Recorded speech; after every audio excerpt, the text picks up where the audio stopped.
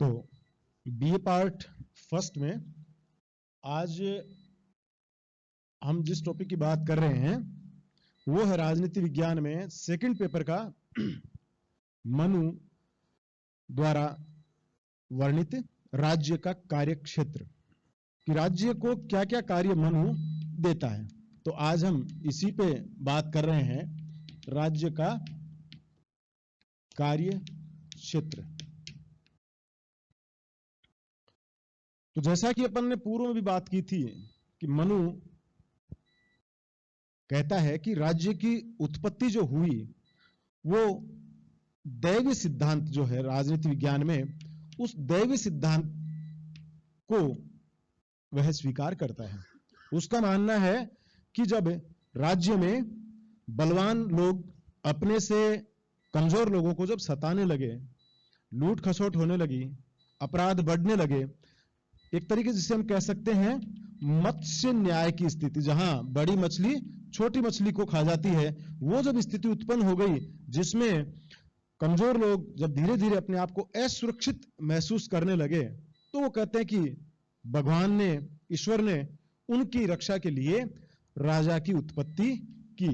और बहुत से जो देवी देवता हैं, चंद्र, सूर्य, यम, कुबेर, इन सब के जो दिव्य अंश हैं, उन सारे दिव्य अंशों को लेकर उन्होंने एक दिव्य पद का सृजन किया जिसे नाम दिया गया राजा।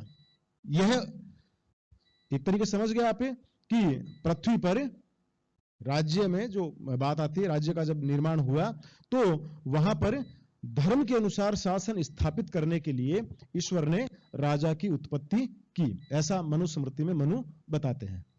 अब आज हम देखते हैं कि राजा का, या अब यहां थोड़ा सा देखिए, आधुनिक समय में हम बात करते हैं राज्य और सरकार में अंतर करते हैं, लेकिन चूंकि यहां राज्य का जो कार्य संचालन है वो कौन कर रहा है, राजा कर रहा है और उसकी संस्था कर रही है। तो राज्य का कार्यक्षेत्र और राजा का कार्यक्षेत्र, ये दोनों हम यदि दोनों अलग अलग भी आते हैं तो आप इनको थोड़ा सा अंतर करते हुए बाकी इस प्रश्न को हल कर सकते हैं। तो राज्य का कार्यक्षेत्र और राजा का कार्यक्षेत्र, ठीक है ना। तो आज हम इसी पे चर्चा करते हैं कि राजा का क्या दायित्व है, अर्थात राज्य का कार्यक्षेत्र कौन कौन सा है जिसके अंदर उसे कार्य करना है।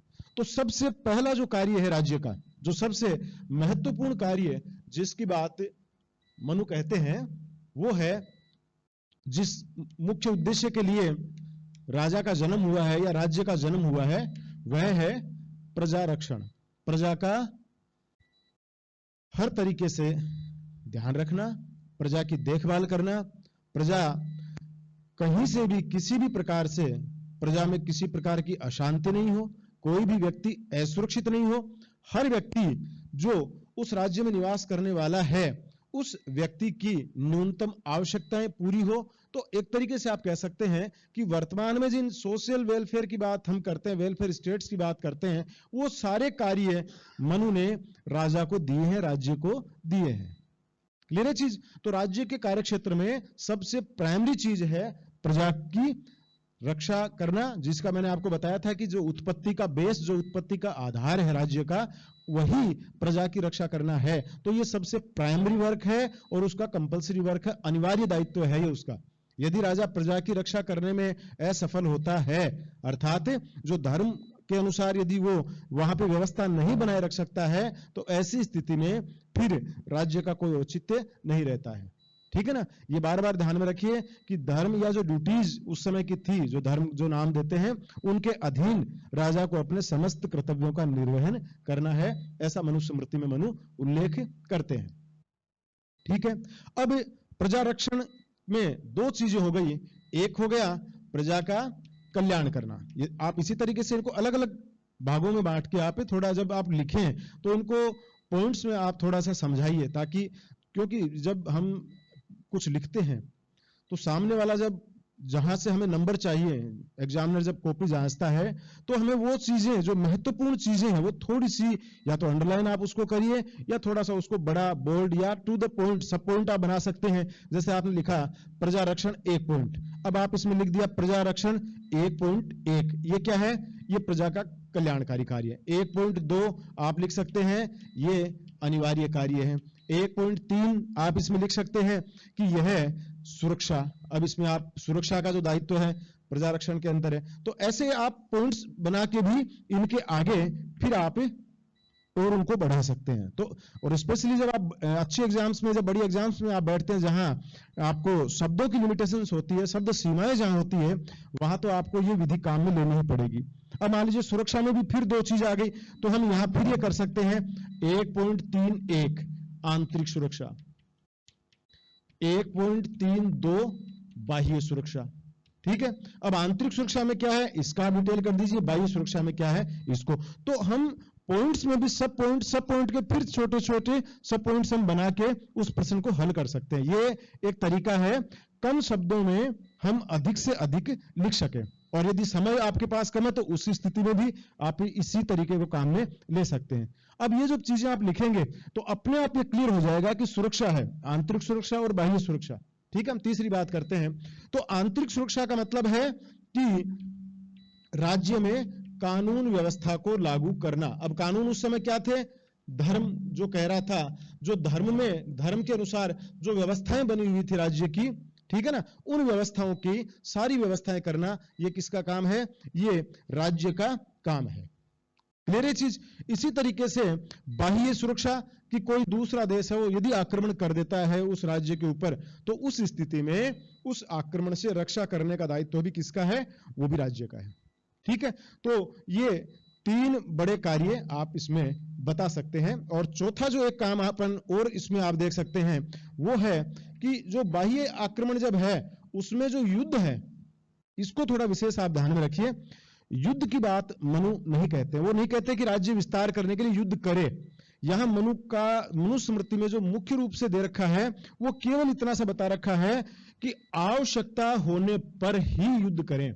आवश्यकता मतलब अब यहां ऐसा भी नहीं है कि केवल सामने वाला आक्रमण करता है उसी समय युद्ध करना। आवश्यकता, यदि मान लीजिए जनसंख्या के अनुसार आपको लगता है कि आपकी सीमाओं में विस्तार करने की आवश्यकता है, या आपको लगता है कि आपकी न्यूनतम आवश्यकताएं पूरी नहीं हो रही, किसी भी तरीके की बहुत ही आवश्यक हो गया हो, तो फिर मनु कहते हैं कि उस स्थिति में युद्ध करें। अन्यथा युद्ध केवल उसी स्थिति में करें जब दूसरे राष्ट्र के द्वारा या दूसरे राज्य के द्वारा उस राज्य के ऊपर आक्रमण कर दिया गया हो। ठीक है ना, अन्यथा युद्ध को बिल्कुल उन्होंने निषेध बताया है। आवश्यकता होने पर या केवल वापस अपनी सुरक्षा के लिए प्रतिकार के रूप में, आक्रमण के प्रतिकार के रूप में केवल युद्ध राज्य करे। और जब युद्ध करे उसमें एक विशेष चीज आप ध्यान में रखिए कि मनु यहां कहते हैं कि जब युद्ध हो, करना आवश्यक हो ही जाए और युद्ध करे तो उस समय इस तरीके से करे कि राज्य को या जनता को न्यूनतम हानि हो, कम से कम हानि जनता उठाए, इस तरीके से युद्ध करे। वो कहते हैं कि राजा युद्ध के नाम पर प्रजा के जीवन को खतरे में नहीं डाले और केवल आवश्यकता होने पर युद्ध करे। और यदि युद्ध की स्थिति आ भी जाती है तो ऐसी स्थिति इस प्रकार से युद्ध करे कि जनता की या राज्य को न्यूनतम हानि है वो ही वहां उसको उठानी पड़े। समझ गए आप। तो ये है राज्य का पहला कार्य प्रजा रक्षण का, जिसमें गवर्नमेंट की तरफ से, राज्य की तरफ से क्या क्या चीजें हैं, सोशल वेलफेयर है। सोशल वेलफेयर में बहुत चीजें हैं, हम आगे पढ़ेंगे। राज्य जो सामाजिक कर्तव्य हैं, आर्थिक कर्तव्य हैं, तो इनमें अलग अलग बिंदु में हम उनको और ज्यादा क्लियर कर लेंगे। लेकिन मूल कल्याण का मतलब है कि प्रजा के विकास के लिए जितने भी कार्यक्रम हैं, जितनी भी नीतियां हैं, उसके लिए बहुत सी बातें मनु बताता है कि राज्य समय समय पर अपनी गुप्तचर व्यवस्था को अच्छी तरीके से देखे, जनता को के बारे में वो है जानकारी लेता रहे, दुख दर्दों के बारे में जानकारी लेता रहे। तो ये सारी चीजें वो कहता है। और ये चूंकि प्रजा रक्षण उसका अनिवार्य कार्य है, सुरक्षा और युद्ध केवल आवश्यक होने पर। क्लियर है पहली चीज। तो ये तो हो गया राज्य का प्रथम कार्य, प्रजा रक्षण का कार्य। अब यदि हम बात करें दूसरे कार्य की, तो वह आप इसको थोड़ा सा, जो हमने अभी बताया था विकास वाला कार्य, उसको थोड़ा सा आप और डिटेल से बता दीजिए, जन कल्याण के कार्य। ठीक है, तो जन कल्याण के जब हम कार्य आप देखें तो इसमें मुख्य रूप से एक तो बड़ी चीज ये आएगी कि वह इस प्रकार के काम करे कि व्यक्ति उस राज्य में अपने जो पुरुषार्थ है उन पुरुषार्थ की पूर्ति या प्राप्ति कर सके, इन पुरुषार्थों की रक्षा हो, उनके अनुकूल माहौल हो और वह व्यक्ति अपने इन कार्यों को कर सके। तो पुरुषार्थ, 4 प्रकार के पुरुषार्थ इन्होंने बताए हैं जो हम जानते हैं। कौन कौन से? धर्म, अर्थ, काम और मोक्ष। ये जो 4 पुरुषार्थ हैं, इनकी स्थापना उस राज्य में हो सके। हर व्यक्ति धर्म के अनुसार आचरण कर सके, अपना कर्तव्यों का निर्वहन कर सके, अर्थ का अर्जन कर सके और अपने मोक्ष प्राप्ति के लिए जो भी उसके तरीके हैं उनको वह आराम से अपना प्राप्त कर सके। ऐसा एनवायरनमेंट है वो राज्य द्वारा प्रत्येक व्यक्ति को प्रदान किया जाना चाहिए, ताकि सभी के पुरुषार्थ जो हैं उनको प्राप्त करने में व्यक्तियों को हेल्प मिले। और इसी तरीके से दूसरा जो महत्वपूर्ण जन कल्याण का कार्य है वह है कि व्यक्ति के जितने भी प्रकार के विकास हैं, ठीक है ना, तो विकास में हर तरीके से वह सहायता रहे। देखिए, व्यक्तित्व का विकास कहां होता है? जिसे आज हम कहते हैं चीजें वही हैं, मनुस्मृति में भी वही चीजें बताई गई राज्य के लिए। सोशल वेलफेयर की बातें जो आज हम डेमोक्रेटिक कंट्रीज में देखते हैं, कहीं निरंकुशता की बात मनु नहीं करते हैं, कहीं मनु इस तरह की बात नहीं करते हैं कि जनता को कहीं भी अनदेखा नहीं करते हैं। उन्होंने राजा को या राज्य को केवल उस एक व्यवस्था का, एक तरीके से आप कह सकते हैं कि जैसे ट्रस्टी का वो होता है, उस तरीके का एक दिया है कि उनका वह कल्याण करे। उसको वह यह नहीं कि उस राज्य को मन मर्जी से इस्तेमाल करते हुए वह अपना डेवलपमेंट करे, ठीक है ना। यहां आत्म कल्याण के स्थान पर कल्याण राजा का मुख्य उद्देश्य होना चाहिए, ठीक है ना। आत्म कल्याण का मतलब जहां स्वार्थ आ गया, जहां राजा अपनी महत्वाकांक्षाओं के लिए राज्य करने लग जाए, मनु स्मृति में कहीं भी राज्य को इस प्रकार की बातें नहीं की गई है। वहां राज्य के प्रमुख दायित्वों के अंतर्गत जो सबसे बड़ी बात की है वो जन कल्याण को लेकर उन्होंने की है कि इस तरीके का एनवायरनमेंट हो कि हर वर्ग, हर वर्ण, हर समाज, हर आश्रम में रहने वाला, जो 4 वर्ण उन्होंने बताए हैं, 4 आश्रम जो उन्होंने बताए हैं, कि प्रत्येक व्यक्ति अपनी स्थिति में रहते हुए अपना बेहतरीन विकास कर सके, अपने से उच्च स्थिति को प्राप्त कर सके। ऐसी जो स्थितियां हैं वह राज्य बनाए रखे, अर्थात राज्य द्वारा ऐसी स्थितियां बनाई जानी चाहिए जिसमें व्यक्ति अपना भौतिक कल्याण कर सके, व्यक्ति का भौतिक कल्याण हो, व्यक्ति का नैतिक कल्याण हो, उसकी आध्यात्मिक उन्नति हो, ये सारी जो चीजें हैं वो कर सके। ऐसा माहौल, ऐसा वातावरण, ऐसी स्थितियां, ऐसी व्यवस्था ये बनाए रखना किसकी जिम्मेदारी है? ये राज्य की जिम्मेदारी है। अर्थात और एक चीज यहां है कि व्यक्ति की जो न्यूनतम आवश्यकताएं हैं, जो आज हम जिनको हम कहते हैं रोटी कपड़ा मकान जैसी आवश्यकताएं, भौतिक आवश्यकताएं हैं, वो सारी आवश्यकताएं, तो भौतिक आवश्यकताएं ये भी राज्य उनकी पूरी करे, ऐसी व्यवस्थाएं रखे कि व्यक्ति को भौतिक आवश्यकताएं पूरी करने के लिए संसाधन उपलब्ध हो, ताकि वह उन पर अपना श्रम कर सके, अपना कर्म कर सके और उनके आधार पर वो अपनी न्यूनतम आवश्यकताओं की पूर्ति कर सके। क्लियर है चीज? तो नेक्स्ट जो बात हम करते हैं वह है राज्य द्वारा जन कल्याण की व्यवस्था। यहां सीधा सा एक अर्थ अब यहां मनु यही भी कहते हैं कि जो ऐसे कोई वर्ग हैं जो राज्य के बारे में चिंतन करते हैं, जो राज्य के शासन के बारे में चिंतन करते हैं, तो उनके बारे में भी मनु ये कहते हैं कि उनको भी राज्य अनुदान प्रदान करे, ताकि वो अपने आर्थिक क्रियाओं से मुक्त होकर राज्य के बारे में चिंतन कर सके, राज्य के बारे में नीतियां बना सके, लोगों के कल्याण के बारे में अधिक से अधिक सोच सके। तो यहाँ कई जगह यह भी आता है कि राजा भी है, वो भी केवल एक निश्चित मात्रा में अपने लिए कुछ धन का इस्तेमाल कर सकता है, बाकी सारा धन है वह राजा जो टैक्स वसूल करता है, वो टैक्स या कर जो नैतिक रूप से वो वसूलेगा, उस कर पे भी वो कहता है कि पूरा अधिकार किसका है? जनता का अधिकार है।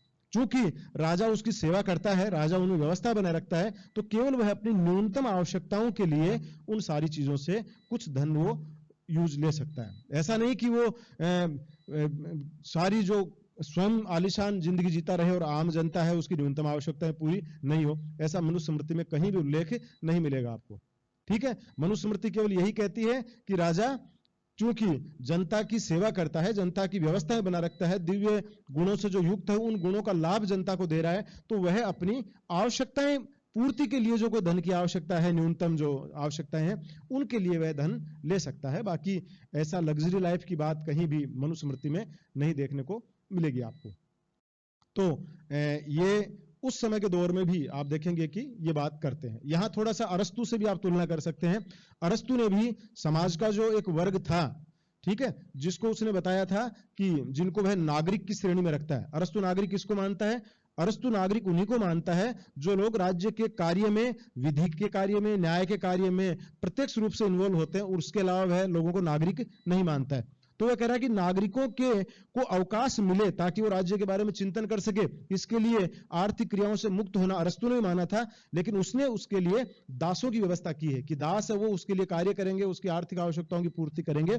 लेकिन मनु ने कहीं दास की बात नहीं की है। मनु कहता है कि प्रत्येक वर्ण है, हर वर्ण अपना डेवलपमेंट कर सकता है, और जैसे जैसे वो डेवलपमेंट करेगा वह उसके अनुसार वर्ण में स्थित हो जाएगा। ठीक है ना? तो वह कहता है कि हमेशा हर वर्ण को अपना उत्थान करने का अधिकार है, इसलिए वह किसी वर्ण को दूसरे वर्ण के नीचे नहीं रखता है। वह समकक्षता की स्थितियां इस तरीके से देता है कि वो अपने अपने वर्ण में अपने अपने जो व्यवस्थाएं हैं उनमें वह अपना और अधिक उत्थान कर सके। तो यहां दास के स्थान पर उसने क्या शब्द लिया है, उसने क्या व्यवस्था की है? उन वर्गों के लिए अनुदान की व्यवस्था की है, राजकीय अनुदान, कि राजकीय अनुदान उनको मिले ताकि वो लोग राज्य के बारे में और अधिक चिंतन कर सके। क्लियर है चीज? तो ये मुख्य रूप से अगली बात आती है जिसमें मनु कहता है कि राज्य के जन कल्याण हेतु लगातार नीतियां बनती रहनी चाहिए, और कुछ लोग जो उसके बारे में चिंतन करते रहे उनके लिए राज्य अनुदान की व्यवस्था करे। ठीक है, बाकी जो अन्य प्रजा रक्षण या जो अन्य राज्य के कार्य है वो हम नेक्स्ट वीडियो में बात करेंगे।